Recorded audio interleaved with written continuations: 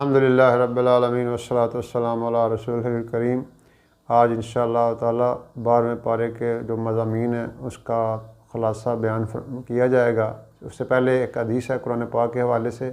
حدیث میں آتا ہے جس کا مفہوم ہے کہ جو بندہ قرآن پڑھے اور اس پر عمل کرے تو قیامت کے دن اللہ تعالیٰ اس کے والدین کو ایسا تاج پہنائیں گے جس کی روشنی سورج کی روشنی سے بھی زیادہ ہوگی۔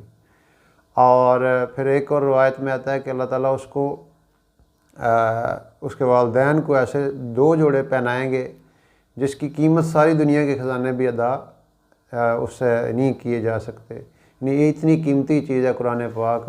اب یہ جس کے والدین کو یہ انعام ملا ہے تو جو بندہ بذات خود اس پہ عمل کر رہا ہے یا قرآن پڑھ رہا ہے، اللہ تو اس کو کیا اجر دیں گے۔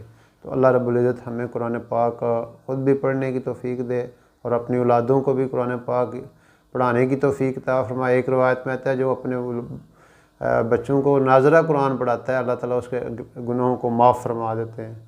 تو 12ویں پارے کا آغاز جو ہے وہ آیت سے ہوتا ہے اعوذ باللہ من الشیطان الرجیم بسم اللہ الرحمن الرحیم وما من دابۃ فی الارض الا علی اللہ رزقها ویعلم مستقرها ومستودعها کل فی کتاب مبین، کہ اس زمین پہ چلنے والا کوئی ایسا زیرو نہیں ہے جس کے رزق کا ہم نے ذمہ نہیں لے لیا، اور ہم اس کے رہنے کی جگہ کو بھی جانتے ہیں، اس کے ٹھکانے کو بھی جانتے ہیں۔ تو یہ بہت بڑی اللہ تعالیٰ کی قدرت ہے۔ کائنات کے اندر کتنی مخلوق ہے، بے شمار مخلوق ہے، خواہ بری ہے، بحری ہے، انسان ہے، جن ہے، چرند ہیں، پرند ہیں، درند ہیں اور بحری مخلوقات ہیں، کتنی مخلوق ہے۔ اللہ تعالیٰ سب کے رزق کا بندوبست اللہ کہتے ہیں ہمارے ذمے ہے، ہم ان کو کھلاتے ہیں، کسی کے بس کا روگ نہیں ہے۔ سلیمان علیہ السلام نے ایک دفعہ دعا کی کہ اے اللہ میں تیری مخلوق کی دعوت کرنا چاہتا ہوں، تو اللہ تعالیٰ نے فرمایا کہ اے میرے پیغمبر آپ نہیں یہ کر سکتے؟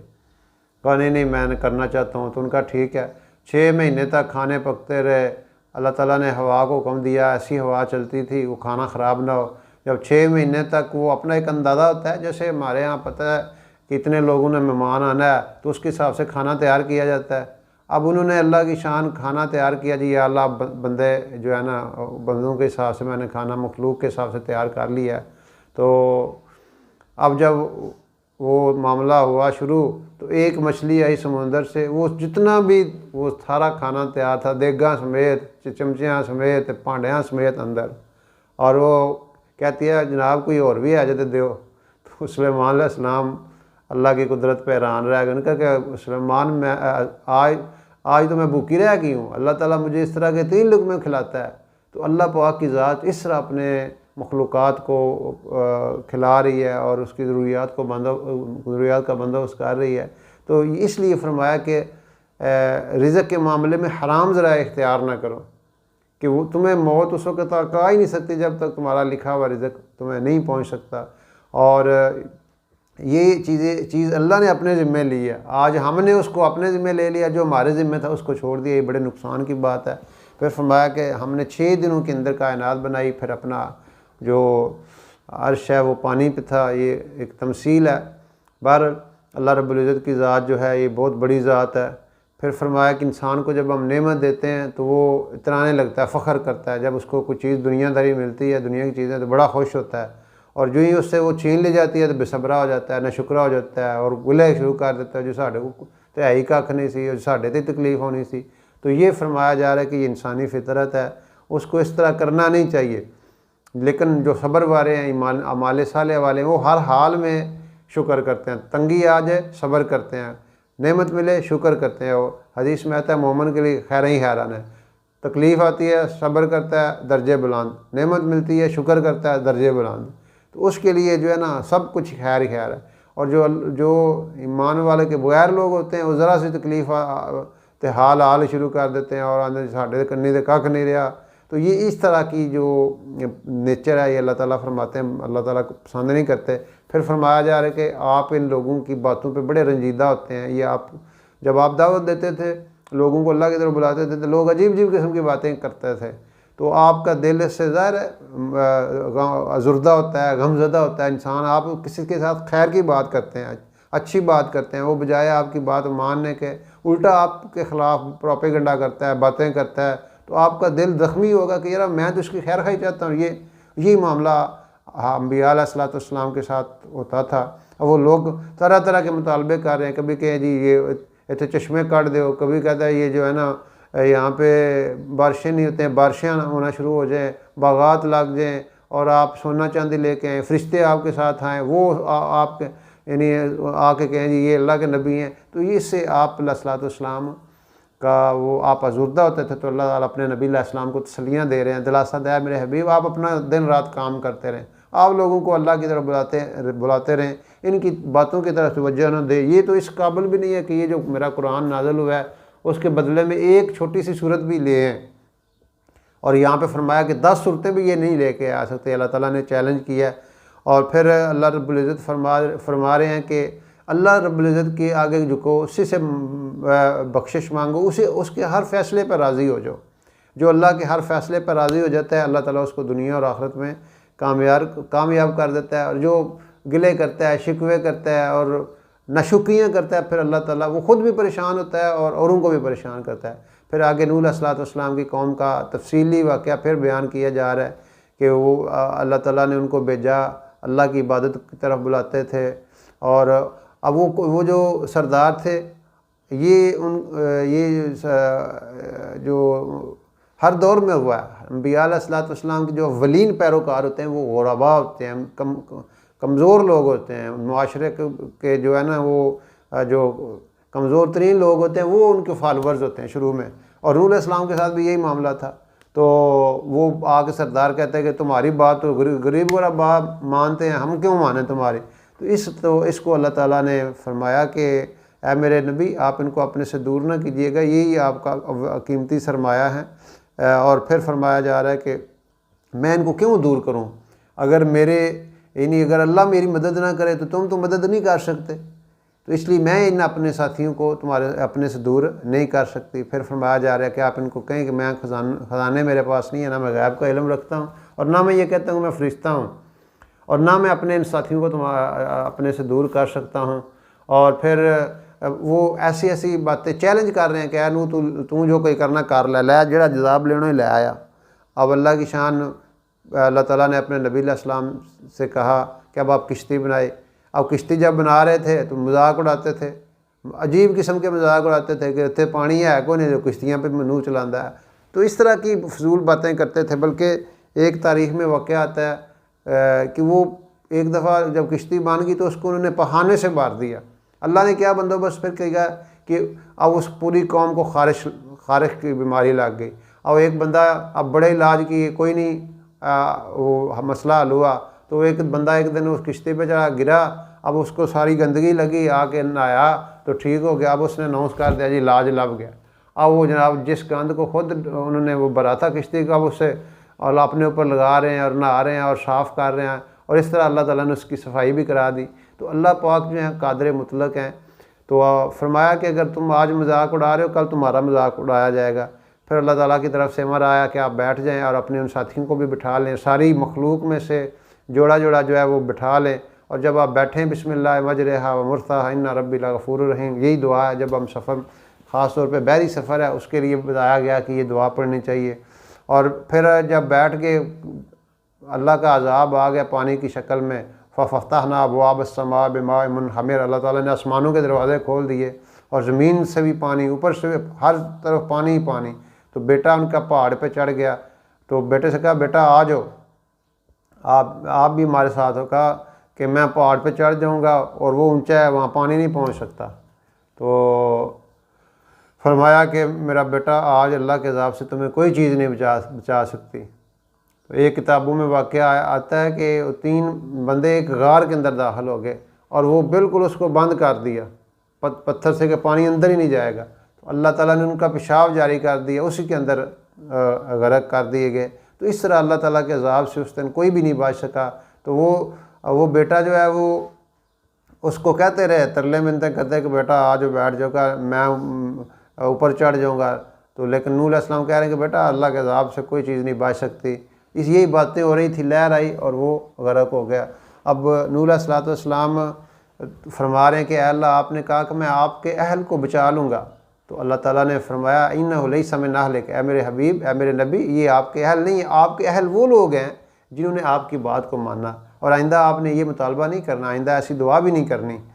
پھر فوراً نوح علیہ الصلوۃ والسلام انبیاء تو ظاہر ہے تسلیم و رضا کے پیکر ہوتے ہیں، فوراً کہا کہ اے اللہ رب انی اعوذ بک ان اسألک ما لیس لی بہ علم، کہ اے اللہ میں اس چیز سے پناہ مانگتا ہوں کہ میں نے وہ چیز مانگ لی جو مجھے نہیں مانگنی چاہیے تھی۔ اللہ پاک پھر فرمایا کہ اے میرے نوح آپ پہ سلام ہو، فرمایا کہ یہ وہ باتیں ہیں جو آپ کو نہیں پتہ تھی، ہم آپ کو بتا رہے ہیں۔ یعنی آپ نے نبی علیہ الصلوۃ والسلام سے اللہ تعالیٰ فرما رہے ہیں۔ اور پھر حود علیہ السلام کا قصہ بنایا، بڑی طاقتور قوم تھی جن کا دعوت ہمارے جیسا ہے، کوئی آئے درختوں کو جڑوں سمیت تو کھیڑ لیتے تھے، اس قوم نے بھی یہی کیا، اللہ کی بات نہیں مانی تو ان کے اوپر اللہ تعالیٰ کا عذاب آ گیا۔ پھر صالح علیہ السلام قوم سمود جو ہے، یہ تبوک کے قریب جو ہے نا، یہ سعودیہ کے اندر تبوک کے قریب بستیاں ہیں صالح علیہ السلام کی، مدائن صالح انہیں کہتے ہیں، وہاں پہ یہ قوم آباد تھی۔ نبی علیہ السلام نے ان کو دعوت دی، اور وہ کہتے ہیں جی اگر ہم مانیں گے، اگر یہ سامنے پہاڑ جو ہے نا وہاں سے وہ نکلے، اونٹنی نکلے، وہ بچہ دے، پھر ہم مانیں گے۔ اب نبی چونکہ ان کے ہدایت کے حریص ہوتے ہیں کہ کسی طریقے سے ایمان لے آئیں، تو انہوں نے دعا کی، وہ سارا کچھ ہوا، لیکن پھر بھی نہیں مانا، تو اللہ تعالیٰ کا عذاب آیا اور وہ قوم بھی اسی طرح غرق کر دی گئی۔ پھر فرمایا جا رہا ہے ابراہیم علیہ الصلوۃ والسلام کے پاس فرشتے آئے اور ان کو خوشخبری دے رہے تھے بچے کی، اور پھر وہ آگے جا رہے تھے لوط علیہ السلام کی قوم کو تباہ کرنے کے لیے۔ اب ابراہیم علیہ الصلوۃ والسلام ان کو کہہ رہے ہیں کہ ان کو چھوڑ دیں، آپ مہلت دے دیں۔ کہا نہیں، اللہ کا امر آ چکا ہے۔ اور یہ قوم ایسی قوم تھی کہ جو غلط بدفعلی کرتے تھے، مرد کے ساتھ یعنی یہ کام کیا کرتے تھے غلط۔ تو لوط علیہ الصلوۃ والسلام نے ان کو دعوت دی، اللہ کی طرف بلایا، لیکن وہ نہیں مانے، تو اللہ تعالیٰ نے اس کو بھی شدید ترین عذاب دے کے پتھروں کی بارش ہوئی اور وہ قوم تباہ کر دی گئی۔ اور اس کے بعد اگلی قوم ہے قوم شعیب۔ اللہ تعالیٰ نے شعیب علیہ الصلوۃ والسلام کو مدائن کی طرف بھیجا۔ مدائن شعیب یہ بھی تبوک کے قریب بستیاں ہیں، ریڈ سی کے قریب، بحر احمر کے قریب بستیاں ہیں، یہ اردن وہاں سے قریب ہے، یہ بھی سعودیہ میں آتی ہیں بستیاں۔ تو ہمارا وہاں پہ جانا بھی ہوا۔ انہوں نے بھی پہاڑوں کے اندر مکان بنائے ہوئے تھے اور بڑے ان کو اپنی تجارت پہ ناز تھا، اور بین الاقوامی منڈی تھی اور ساری تجارت وہیں سے کنٹرول ہوتی تھی۔ اب لیکن ان کے اندر نقص کیا تھا کہ وہ مال میں یعنی کمی بیش، یہ جو ہوتا ہے ناب تول میں کمی کرتے تھے، اور رستے میں لوٹ لیتے تھے لوگوں کو، اور بھی خامیاں تھیں۔ شعیب علیہ السلام نے ان کو سمجھایا آگے کہ یہ کام ٹھیک نہیں ہے، اللہ نے تمہیں سب کچھ دیا ہوا ہے، تم پھر بھی دو نمبری کرتے ہو۔ تو وہ کیا کہتے ہیں کہ جا شعیب تو اپنا کام کر، اپنی نمازاں پڑھے گا سامنے نا، یہ تیری نمازیں میں منع کرتی ہیں کہ ہم یہ کام چھوڑ دیں، ایسی بات ہم نہیں کریں گے، تم نکلو، اور ہم تمہیں لنخرجنک کا یا شعیب والذین آمنوا معک، ہم تو آپ کو نکال دیں گے، ہم آپ کو نکال دیں گے یہاں سے۔ لیکن اس لیول پہ وہ آگے، اللہ نے اس قوم کو بھی غرق کر دیا۔ اور اللہ تعالیٰ فرما رہے ہیں کہ یہ جتنے ہم واقعات بتا رہے ہیں، یہ اس لیے کہ آپ یعنی امت محمدیہ اس چیز کو سمجھ جائیں۔ پھر موسیٰ علیہ السلام اور ہارون علیہ السلام کو بھیجا گیا فرعون کی طرف اور اس کی قوم کی طرف، لیکن وہ نہیں مانے، تو فرمایا کہ یہ لوگ قیامت کے دن یہ فرعون اور آل فرعون یہ سارے کے سارے دوزخ میں جائیں گے۔ اور یہ سارے کے سارے کیوں دوزخ میں جائیں گے؟ انہوں نے فالو کیا تھا فرعون کو، اب وہ اور اس کے سارے کے سارے فالوور جو ہیں یہ قیامت کے دن آگ کے اندر داخل کر دیے گئے۔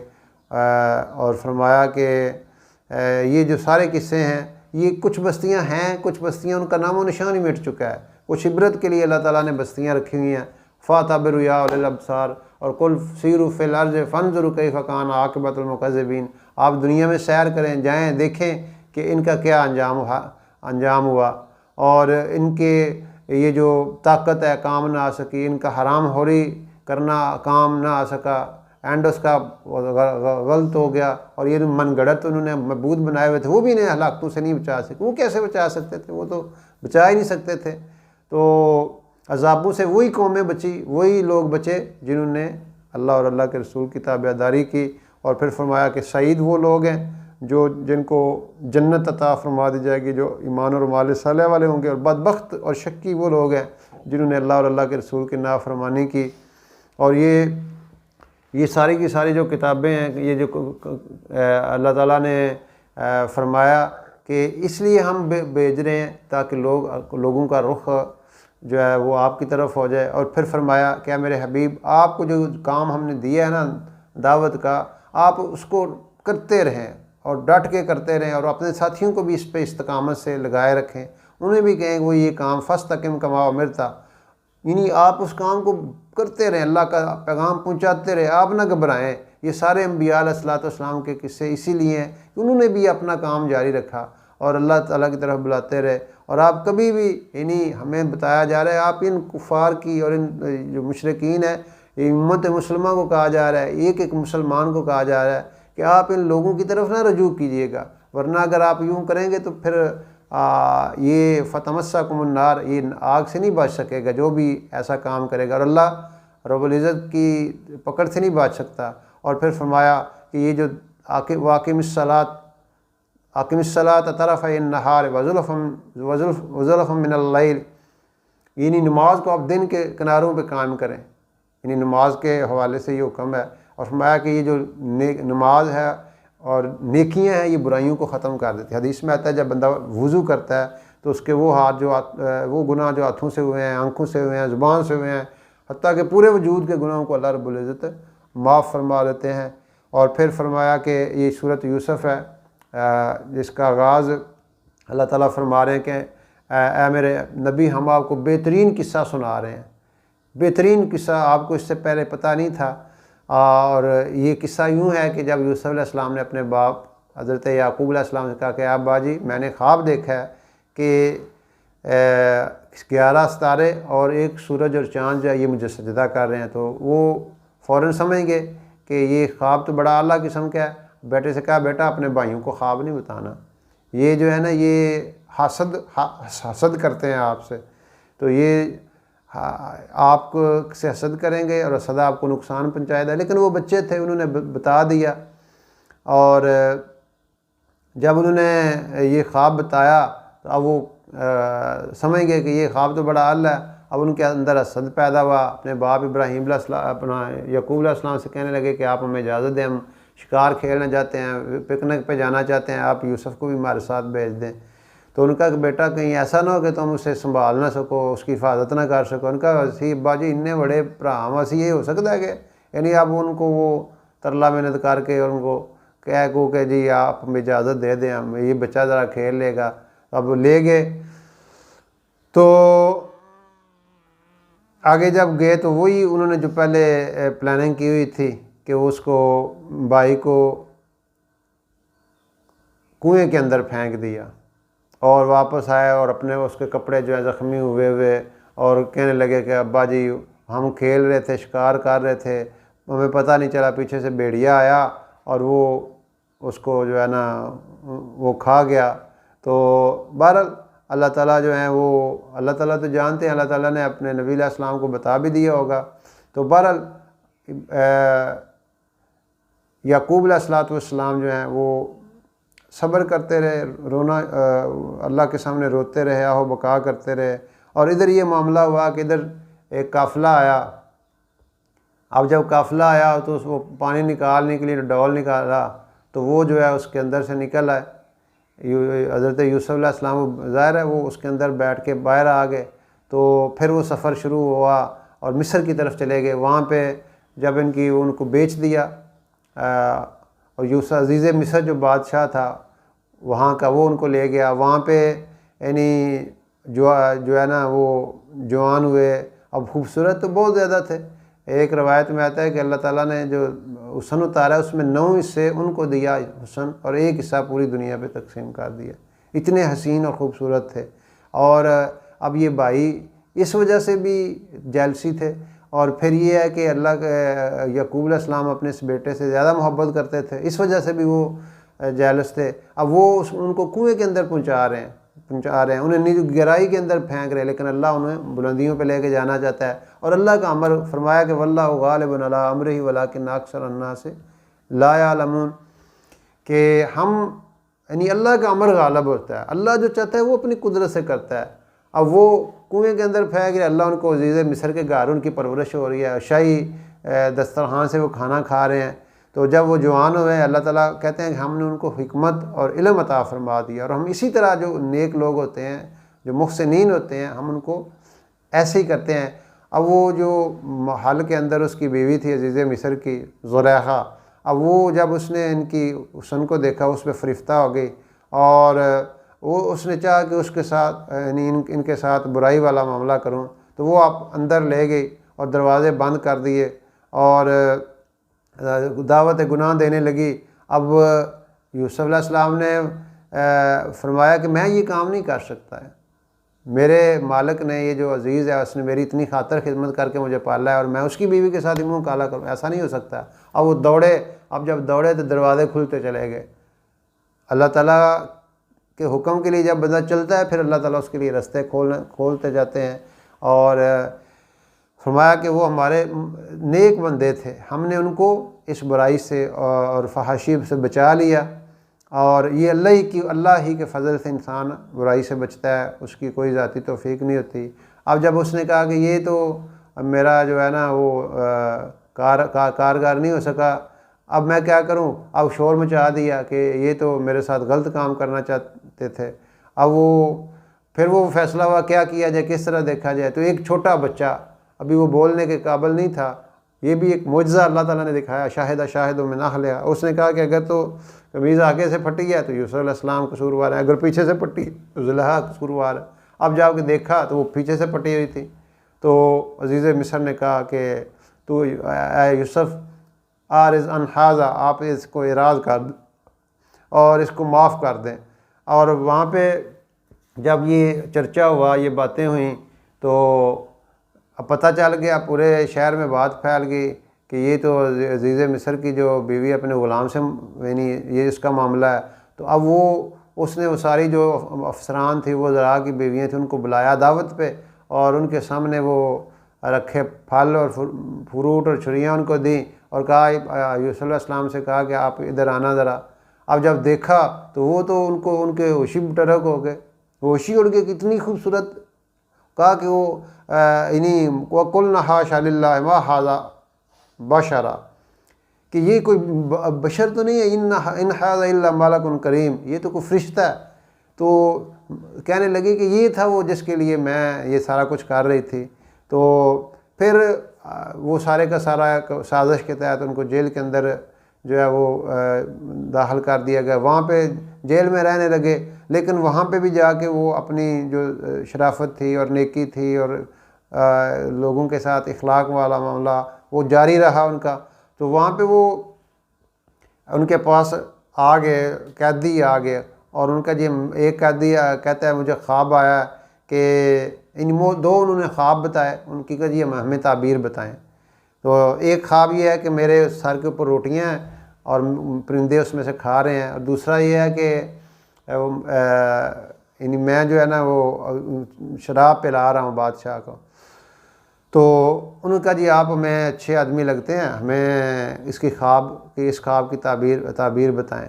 تو اب انہوں نے یوسف علیہ السلام نے پہلے تعبیر نہیں بتائی، بلکہ فرمایا ان کو دعوت دی، ان کو اللہ کی طرف بلایا، اللہ کی توحید اور وحدانیت جو ہے نا وہ اس کے بارے میں بتایا کہ تم ہی بتاؤ کہ زیادہ خدا بہتر ہے، ایک خدا بہتر ہے، ایک اللہ کی پوجا کی جائے یا زیادہ کی پوجا کی جائے۔ اور کہنے لگے کہ میں تو اپنے باپ ابراہیم اور اسحاق اور یعقوب کے طریقوں پہ ہوں، ہم شرک نہیں کرتے، ما کان لنا ان نشرک باللہ من شیء، ہم شرک نہیں کرتے، اور یہ ہمارے اوپر اللہ کا فضل ہے، ہمارے خانوادے پہ، خاندان پہ۔ لیکن اکثر لوگ یہ نہیں سمجھتے، اور میں کہ وہ سارے انبیاء کی دعوت یہی تھی، توحید، اور ذالک الدین القیم، یہی مضبوط دین ہے۔ اور تو ایک وہ کہنے لگا، پھر خواب کی تعبیر بتائی کہ ایک کو تو کہنے لگے کہ تم بادشاہ کو شراب پلاؤ گے، اور دوسرے کو کہنے لگے کہ تم پھانسی دے دیے جاؤ گے، اور جس کا وہ تھا کہ یہ آزاد ہو جائے گا اور بادشاہ کے پاس جائے گا، انہیں کہنے لگے کہ میرا بادشاہ کے سامنے ذکر کرنا، پر بھول گیا، وہ اس کو اللہ تعالیٰ نے بلا دیا۔ تو پھر وہاں پہ کیا معاملہ ہوا کہ پھر وہاں کا جو بادشاہ تھا اس نے خواب دیکھا کہ یہ جو 7 موٹی گائے دبلی گاؤں کو گائے جو ہے ان کو کھا رہی ہیں، تو وہ اب یہ خواب کی تعبیر جو ہے وہ پوچھتے ہیں اپنے وزراء سے، ان کا جی انجی خواباں ہوندی ہیں، ان خواب خیال ہوندے نے۔ تو خیر اس کی تشفی نہ ہوئی، تو وہ جو بندہ جیل میں ان کا ساتھی تھا وہ کہتا ہے جی مجھے اجازت دیں، میں حضرت یوسف علیہ السلام کے پاس جاتا ہوں، وہ ضرور بتا دیں گے۔ تو وہ جب گیا تو ان کو بتایا کہ یہ معاملہ ہے، ان کو بلایا گیا تو یوسف علیہ السلام نے اس کی تعبیر بتائی، کیسے 7 سال جو ہیں یہ خوشحالی ہوگی اور پھر قحط پڑے گا اور بہت ظالم قسم کا قحط ہوگا۔ تو یہ ساری تعبیر بتائی، تو وہ انہوں نے پھر ان کو اپنا جو ہے وزیر خوراک رکھ لیا، اور پھر آگے یہ سارا آگے 13واں سپارہ سٹارٹ ہوتا ہے۔ تو یہ اللہ رب العزت کا انعام ہے اور یہ قدرت ہے اللہ کی، جو اللہ تعالیٰ نے اس واقعے میں بتائی ہے۔ کئی واقعہ اور کئی چیزیں اس میں آتی ہیں یوسف علیہ السلام کے قصے میں، اللہ کی قدرت کا اظہار ہے، اور حاسدین جو ہوتے ہیں ان کے شر سے جو بچنا، یہ ساری کی ساری چیزیں۔ اور پھر اللہ پاک اپنے حکم کو غالب کرتا ہے۔ اللہ تعالیٰ لوگوں کی پلاننگ کو فیل کر دیتے ہیں، اللہ کی پلاننگ جو ہے وہ غالب آ جاتی ہے۔ اللہ رب العزت ہمیں اپنے دین کی اور قرآن پاک کی سمجھ اور عمل کی توفیق عطا فرمائے۔